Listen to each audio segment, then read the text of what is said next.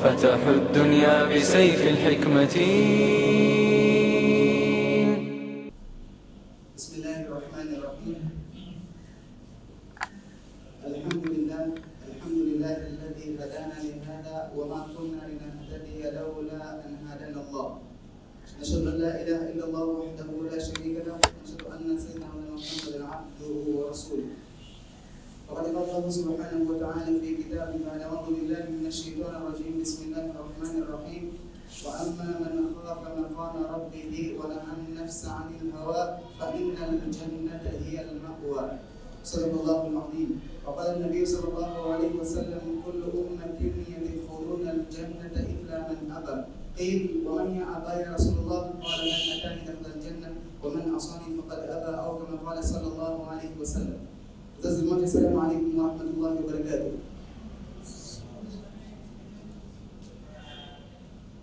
No dia da Qiyama haverão vários acontecimentos que Allah subhanahu wa ta'ala relata no Sagrado Coran. Allah subhanahu wa ta'ala, quando explica no Coran sobre o dia da Qiyama, Allah mostra o quão doloroso será esse mesmo dia. Quando o anjo Israfil, alaihi salatu wassalam, soprar na trombeta, aí as pessoas serão levantadas das suas sepulturas. E a primeira pessoa a ser ressuscitada será Rasulullah sallallahu alaihi wasallam, que irá levantar Rasulullah sallallahu alaihi wasallam. Então, neste incidente, as pessoas vão ser levantadas das suas campas e as pessoas dirão: Man ba'athana min marqadina? Quem que nos fez levantar da nossa sepultura? Quem nos fez levantar? E um anunciador irá anunciar: Hada ma wa'ada ar-Rahman. Esse foi a promessa de Allah subhanahu wa ta'ala. Essa foi a promessa de Allah subhanahu wa ta'ala. Wa sadaqa al-mursalun. E os mensageiros, aqueles que Allah enviava com sua mensagem, foram verdadeiros. Então, nesse dia, as pessoas, cada um estará numa aflição diferente do outro.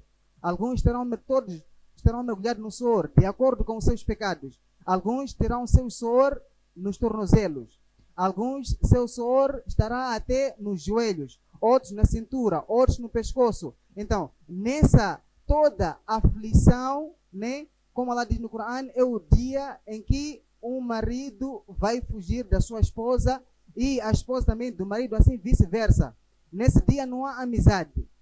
Nesse dia não há amizade. Cada um vai estar preocupado consigo mesmo. E Allah subhanahu wa ta'ala estará muito zangado nesse dia. Então, Allah subhanahu wa ta'ala, explicando sobre esse dia, Allah menciona no Coran que não achem que Allah está desatento com aquilo que os negligentes fazem. Allah simplesmente está a retardar a eles para o dia em que os olhos estarão fixos numa certa direção. Quando você está a andar pelo caminho, às vezes você encontra algo que pode chamar muita atenção. Às vezes você descobre que pela caminhada, pelo seu caminho, em frente tem uma cobra. E a cobra é perigosa. Você conseguiu ver isso. Então, quando você anda, você não tira o seu olhar daquele lugar onde você acha que há algum perigo. Você não vai tirar seu olhar dali. Então, Allah diz que estou a retardar a eles para o dia em que os olhos vão estar fixos numa certa direção. E vão andar rapidamente, com a cabeça abaixada e com seu coração a tremer. Esse será o cenário. Então, dentro desse todo acontecimento, as pessoas vão estar de várias maneiras, né? Como o Rasul menciona, alguns vão ressuscitar das suas campas, irão ressuscitar. Alguns vão ressuscitar a dizer Labbaik Allahumma Labbaik. Por quê? Ele morreu na viagem de Umrah, morreu com Ihram, tem uma morte sagrada. Então ele vai dizer Labbaik Allahumma Labbaik. É uma das pessoas que terá essa sorte no dia de Qiyamah. Alguns vão ressuscitar nesse dia com o corpo a sangrar. Por quê? Ele faleceu no caminho de Allah subhanahu wa ta'ala. Lutou no caminho de Allah, foi martirizado.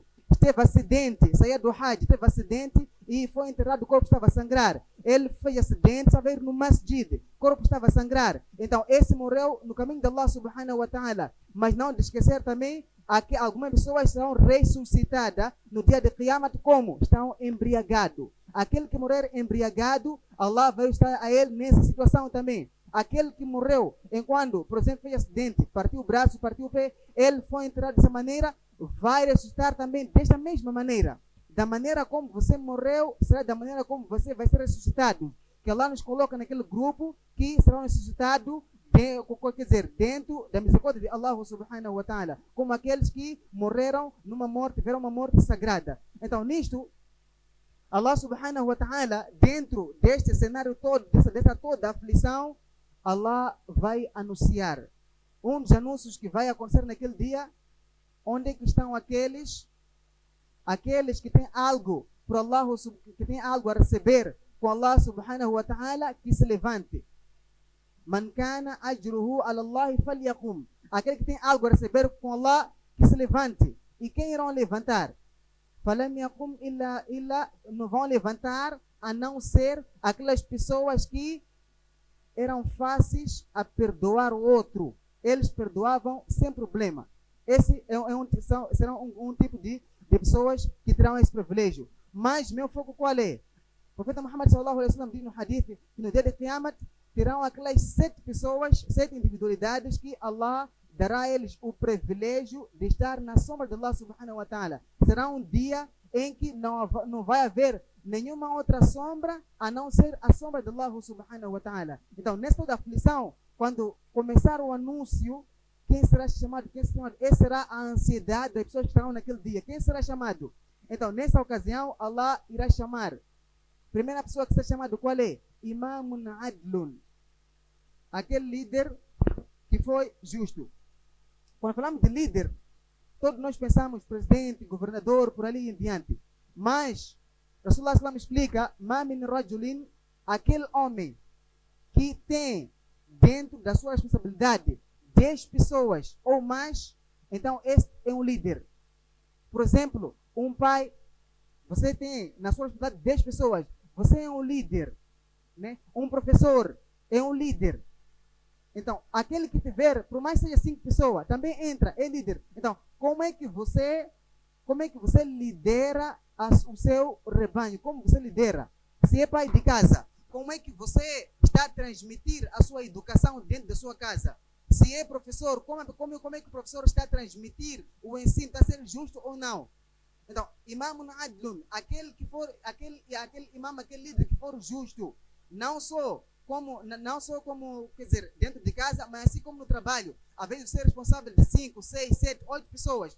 Como é que você tem, qual é a sua ligação para eles? Como é que você lidera seus colegas? Então, muitos de nós, às vezes, o que acontece? Quando você tem uma certa liderança, tem um certo cargo, muitas das vezes nós desviamos, a gente nos perde.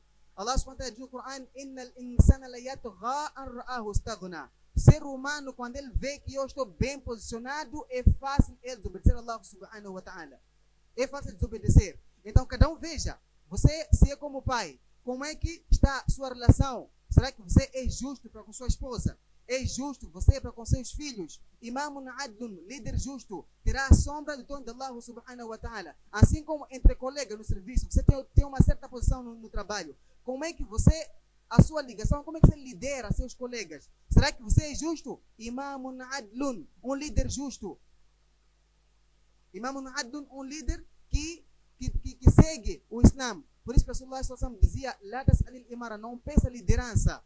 Não peça liderança. Se você for lá colocado, Allah vai dar baraka, Allah vai ajudar. Mas se você sozinho dizer, não, eu quero ser chefe, infelizmente você irá sofrer muitas tentações e com risco de você se desviar. Então, por isso Allah diz, não peçam liderança.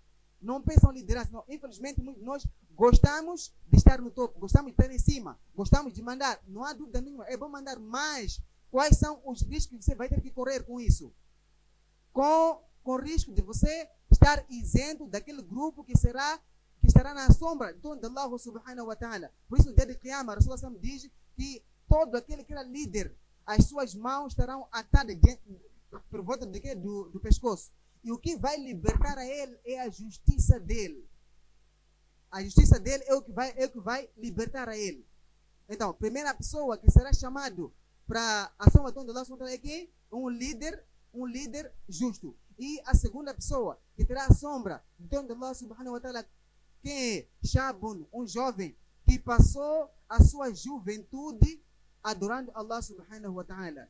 Quando a gente ouve passar sua juventude na adoração de Allah, quando pensamos que você estar 24 sobre 24 na leitura do Coran, 24 sobre 24 no Salat, mas a ibada, a adoração de Allah subhanahu wa ta'ala é o nosso dia a dia. Se você anda entrar na casa de banho, você observa aqueles requisitos, entrar com o pé esquerdo, restar o doa, entrar na casa de banho, isso é uma ibada. Respeitar os mais velhos, ter carinho com o mais novo, isso também é ibada.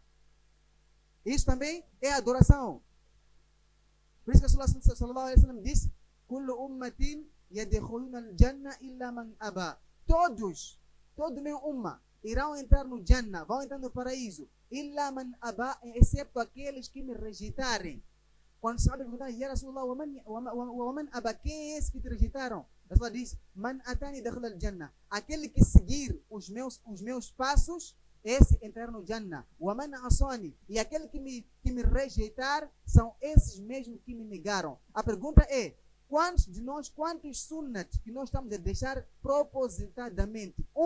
É você não seguir, por quê? Porque você não sabe, é uma coisa. Então, outro é você sabe, mas deixa passar. Quantos sunnat nós estamos a deixar? Rasulullah sallallahu alaihi wasallam. Quantos sunnat diariamente? Antes de nós comer, Rasulullah sallallahu alaihi wasallam, quando fala sobre comer em conjunto. Comer em conjunto. E quando estiver a comer, não comer no centro do prato. Por quê? Porque aí cai o baraka de Allah subhanahu wa ta'ala. Né? Cai o baraka de Allah subhanahu wa ta'ala. Então, quantos de nós estamos a pegar e deixar do lado? Quantos de nós? Você sabe que eu, como muslim, eu tenho que comer junto com minha família. Não há dúvida. Outro vai comer separado por quê? Por causa da escola, por causa do trabalho. Não há dúvida nenhuma. Mas, quando você tem a chance de estar presente na refeição junto com a família, aproveite. Aproveita, por quê? Aí atrai mais o baraka de Allah subhanahu wa ta'ala. Então, passar a vida no ibada é isso. Você, ao dormir, ter hábito, dormir com udu, fazer dua, fazer o máximo e não perder o seu salat. Chega mês de Ramadã, fazer o máximo de se jejuar. Depois de você jejuar, fazer mais aqueles 6 dias. Você fazendo isso, automaticamente sua juventude está a passar aonde? Na adoração de Allah subhanahu wa ta'ala. E a adoração de um jovem tem valor muito alto perante Allah subhanahu wa ta'ala. Se nós vamos a ver por que Allah subhanahu wa ta'ala fez Yusuf alayhi salatu wassalam como quer dizer, líder, como governador do Egito, o que foi? Foi por causa da obediência dele para com Allah subhanahu wa ta'ala. Quando ele foi atraído pela esposa do rei, ele era jovem, primeira coisa, ele estava num lugar onde ninguém lhe conhece. Primeira coisa. Segunda coisa, estava sozinho.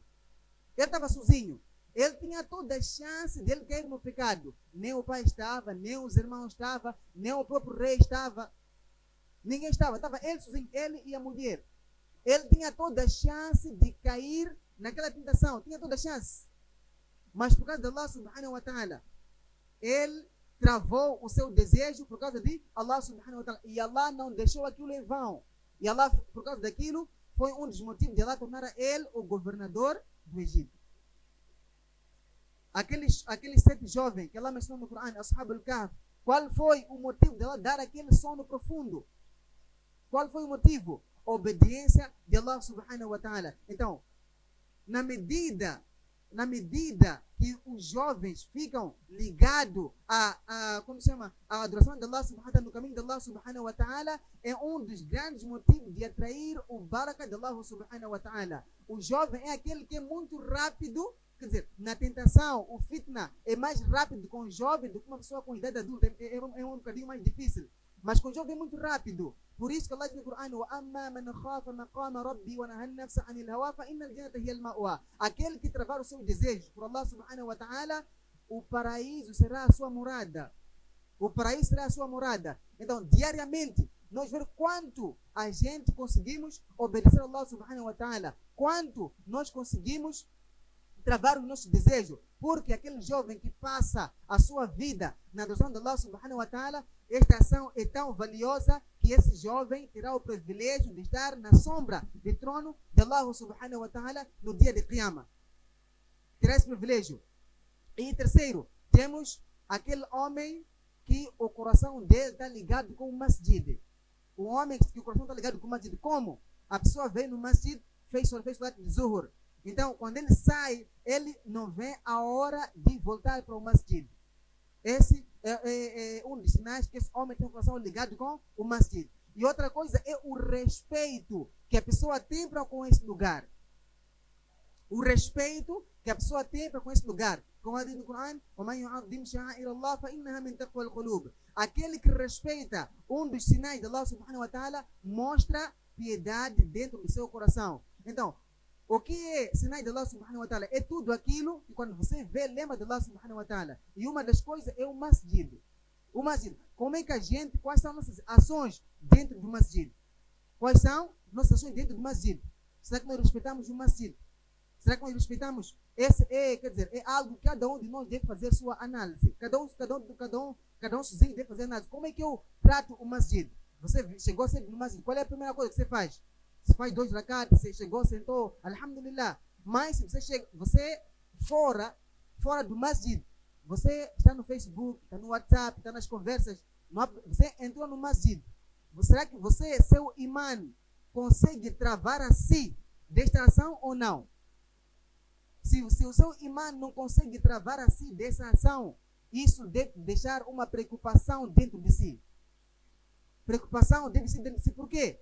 Se você não consegue travar, se seu imã não é o bastante de travar a cometer o mal dentro do masjid, será que na altura da morte, seu imã irá ajudar a si a restar o shahada? Essa é a nossa preocupação. Será que meu imã está mesmo preparado para quando na altura da morte eu restar shahada? Se nem parar de cometer a maldade dentro do masjid, eu não consigo. Então, aquele jovem que tiver aquela pessoa que tem esse respeito para com o masjid é um dos sinais que essa pessoa teme Allah subhanahu wa ta'ala. É um dos sinais. E outra pessoa que tem esse privilégio, qual é? Aquelas 2 pessoas que se amam por causa de Allah subhanahu wa ta'ala, juntam por causa de Allah e separam-se por causa dele. Amar alguém por causa de Allah subhanahu wa ta'ala é algo que é muito difícil hoje em dia nós encontrar. Você, se tem um amigo que é professor, você vai ter amizade com ele, por quê? Porque sabe, quando eu fui perder vaga, vou falar com ele. Você tem um amigo que é polícia, você vai fortificar a amizade, por quê? Porque sabe, qualquer dia eu vou precisar de recorrer à polícia. Então ele pode ser meu intercessor. Então aqui no mundo a gente conseguimos adaptar, mas no Akhira, no dia de Qiyamah, será um momento em que não há onde refugiar.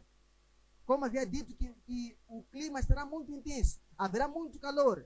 E a única sombra será a sombra de Allah subhanahu wa ta'ala. Aqui no mundo, você sentiu calor, na sua casa não tem sombra, você consegue correr, ir na casa do vizinho, ir sentar, conversar para aproveitar a sombra.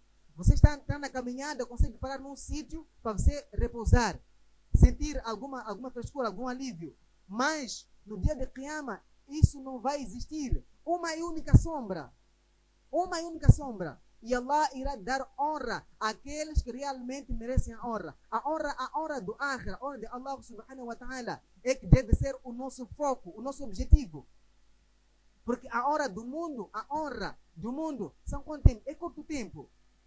É curto tempo. E estamos a ver no momento em que você mesmo estando no caminho de Allah subhanahu wa ta'ala, você mesmo sendo quem você é dentro do Islã, por mais que você ocupa que grau que você possa ocupar, mas o mundo não vai dar a si aquela honra que você merece. O mundo não vai dar a si a honra que você merece. Então, por isso, a honra do mundo é temporário. É temporário. Quando o Rasulullah aconselhava Abu Dhar, dizia Abu Dhar, dê